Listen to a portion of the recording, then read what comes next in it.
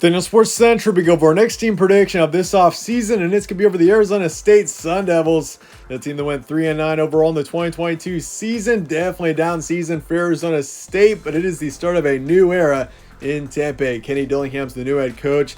How is this team going to be in 2023, and why I think this is a team that definitely shows potential. Looking forward to 2023 as we'll be talking about here today. We'll be analyzing this team and predict their schedule game by game in this video. Let's get started with a quick recap of 2022. Once again, the record being 3-9, and really, I mean, there's just not much to say about 2022. It's just a bad season for this team. They beat Northern Arizona week 1 40-3, but then lost 4 straight to Oklahoma State, Eastern Michigan, Utah, and then USC. And I mean, when this team was 1-4, we kind of knew. I mean, this was just going to be a down year for this team. And I mean, you got to consider this team. They did have a nice win over Washington there, 45-38. But other than that, just a rough season for this team. Lost to Stanford, beat Colorado on the road, but then lost their last 4 games. Lost to UCLA, lost to Washington State, lost to Oregon State 31-7, and then lost to Arizona by 3 to finish out the regular season. So 3-9 was the final record. I mean, definitely a forgettable season for this team. But once again, it's on to a new era for Arizona State. This is a fresh start coming up here in 2023, and there's definitely potential on this team. I mean, this is a team that, I mean, I don't think they'll be competing for any Pac-12 titles in 2023. I mean, I'll just say that right away. I don't think that's the expectation for this team, but I mean, there is a lot of talent on this team still, and I do think with some of the experience coming back, there is potential on this roster. Looking forward to 2023. Trent Bourguet coming back, who last season definitely showed potential. 1,500 yards, 11 touchdowns over 5 picks, a 71% completion rate as well. I mean, those stats are mostly from the second half of the season. He was the primary starter for the second half of the season, while it was Emory Jones, the Florida transfer, for the first half. And I mean, Bourguet's been around since 2020, so this is going to be his 4th season coming up with the Sun Devils, and you could probably expect him to be the primary starter. Drew Pyne's also coming in from Notre Dame, so there is going to be a quarterback battle for sure. It's either going to be Pyne or Bourguet, and I wouldn't be surprised if we saw a similar situation in the quarterback situation to last season with Emory Jones and Trent Bourguet, except Bourguet is going to be the starter, I think, at the beginning of the season. Drew Pyne shows potential. I do think he's a quarterback that could maybe eventually be the starter at some point this season, but we'll just see what happens there. But Bourguet did show potential, though. 71% for the completion rate through 200 passes is overall pretty impressive. Emory Jones is gone. Obviously, you mentioned him. And then the backfield is a bit of a question mark. Xavier Valdez gone. Same with Daniel Nagata. So the backfield, I mean, Valdez was a significant part of this team last year with nearly 1,500 yards. It's going to be tough losing him, but you do have a couple of transfers coming in, most notably Skatebo coming in. So that is something to keep in. Same with DeCarlos Brooks coming in. So there's still some potential there, but I still would say the backfield is a bit of a question mark. Receiving core, Elijah Badger coming back, Giovanni Sanders coming back. Same with Jalen Conyers. So I mean, the receiving core especially is a position where I think there's a lot of upside there. The ceiling's pretty high. And I mean, the quarterback situation not being terrible this season, I do think it's better than it was last year. This offense definitely has got the potential to be better in 2023. This defense is going to look a lot different. We saw 3 defensive linemen leave, 3 linebackers leave, 3 in the secondary leave. Not all these guys were starters, but they all had a significant impact on this team one way or another. So this defense is going to look a lot different. A lot of transfers coming in for the defense as well. I mean, this is one of the most active teams in the transfer portal this offseason, something to keep in mind, and obviously the first year under Kenny Dillingham. So, I mean, I do think this is a team, though, that is in a better position looking forward to 2023 than it was heading into 2022. And can this team return to contention, or will they? I think in the future, this is a team that can. 2023, I don't think this is a big-time contender in the Pac-12, but maybe a couple years down the line, if this team can retain some of this young talent, I definitely think this is a team to maybe keep an eye on, looking forward to, say, 2 or 3 years from now. But your transfer portal and recruiting now, Emory Jones off to Cincinnati. He's off to his 3rd school now. Obviously came in from Florida, and now he's off to Cincinnati. Drew Pyne coming in from Notre Dame. Then Paul Tyson is off to his 3rd school as well. He's off to Clemson next. He was in the quarterback situation last year as pretty much the 3rd string. Didn't get much playing time, that's for sure. But the backfield, Daniel Nagata transferring out to Washington. But you got Cam Skatebo coming in from Sacramento State. Same with DeCarlos Brooks coming in from Cal. You bring in Jordan Tyson from Colorado, and then Xavier Guillory. He's coming in from Idaho State. Expect him to have an immediate impact. He's actually listed as a wide receiver 1 on the depth chart, but there's like five or six receivers coming in from the transfer portal. So adding a lot of talent to a lot of areas on this team, but most notably are probably Jordan Tyson and then Guillory. But Cam Johnson, he's off to Northwestern. Aaron Frost coming in from Nevada, offensive tackle. You also got Fontanu coming in from UNLV, and then Finau, offensive lineman coming in from Purdue. Prince Dorba, edge rushers coming in from Texas. You got Deshaun Mallory coming in from Michigan State. Clayton Smith coming in from Oklahoma. All these guys should be starters in 2023. You do lose Omar Norman Lott, but he didn't have a very significant impact on this team.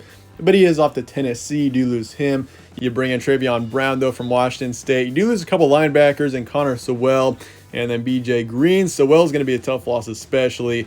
Then you bring in Xavier Alford coming in from USC. Shamari Simmons is coming in from Austin Peay. Then you lose DJ Taylor and then K'Wan Markham and then Keon Markham off to different places. Not announced quite yet, but so, I mean, this team has been, very significant in the transfer portal, that's for sure. They're 44th in the country recruiting-wise, 8th in the Pac-12, got a 4-star coming in, and 19 3-stars. So, I mean, recruiting's not bad. First-year head coach. I do think this is still a team that I wouldn't have high expectations for looking forward to 2023. I mean, the transfer portal balances out pretty well. There's a lot of key players coming in for sure, but you're also losing a lot of key players, especially on defense. But I've got this team at a 6 out of 10 on the future forecast. I think the future is bright for this team. The immediate future, I do think this is still a team that is going to be pretty middle of the road. But, I mean, we haven't seen too much of Kenny Dillingham as a head coach. So this is a big opportunity for him, and we'll see what he can do with this team. But with that, let's take a look at the schedule for 2023. You start the season on a Thursday night against Southern Utah, a pretty winnable game there, I do think. And then you got more of a challenge going up against Oklahoma State the next week.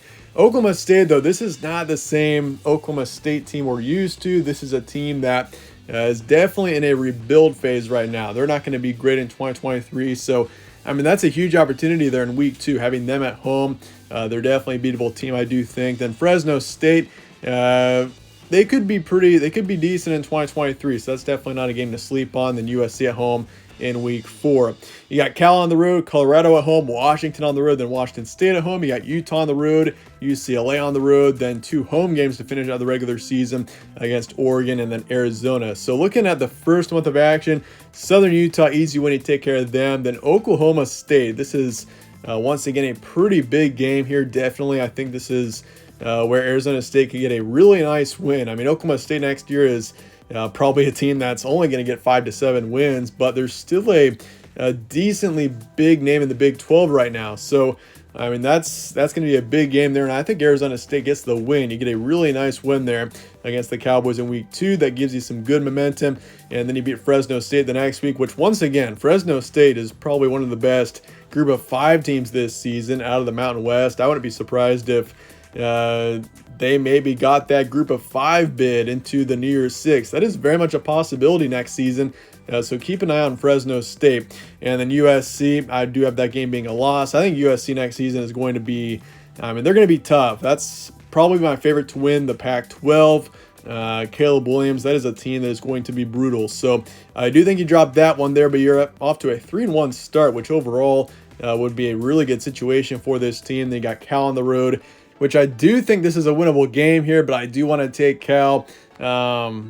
I do think Arizona State might be the better team there, but I do think coming off of a tough loss to USC, I wouldn't be surprised with this being a road matchup, first road game of the season. I will be taking Cal there in a close one, but it's very much a winnable game. I do think you drop at least 2 of your first 5 games, whether that's to USC and Fresno State, and you beat Cal, whichever way that goes. But I'm pretty sure this team will be 3-2 heading into the Colorado matchup, which I think you take care of Colorado no problem. That's a team that obviously has got a big name head coach now, but that doesn't mean that they're a good football team. So I think you take care of them no problem. Then Washington on the road.